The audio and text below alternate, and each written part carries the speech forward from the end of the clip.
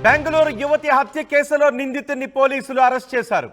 బెంగళూరులో ఈ నెల 23వ తారీఖున జరిగిన హత్య పెద్ద ఎత్తున సంచలనమైంది. దేశవ్యాప్తంగా కూడా చర్చనీయాంశమైంది. ఈ నెల 23వ తారీఖున బెంగళూరులో ఓ హాస్టల్లోకి వెళ్లి కృతి అనే యువతిని గొంతు కోసే హత్య చేశాడు నిందితుడు అభిషేక్ను మధ్యప్రదేశ్లో పోలీసులు పట్టుకున్నారు. విచారణ కోసం కర్ణాటకకు పోలీసులు తీసుకొస్తున్నారు. సీసీ ఫుటేజ్లో యువతిని హత్య చేస్తున్న దృశ్యాలు రికార్డ్ అయ్యాయి. 23వ తారీఖు రాత్రి 11 గంటల సమయంలో ఆ యువకుడు హాస్టల్కి వచ్చాడు. ఆ యువతి ఉంటున్న పీజీ హాస్టల్కి వచ్చాడు. ఆ యువతి రూమ్ దగ్గరికి వెళ్ళి డోర్ కొట్టాడు. యువతి బయటకు వచ్చిన తర్వాత యువతిపై ఒక్కసారిగా దాడికి పాల్పడ్డాడు.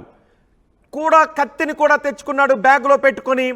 ఆ కత్తితో ఆ యువతిపై దాడికి ప్రయత్నం చేస్తూ ఉంటే ఆ యువతి పెనుగులాడింది.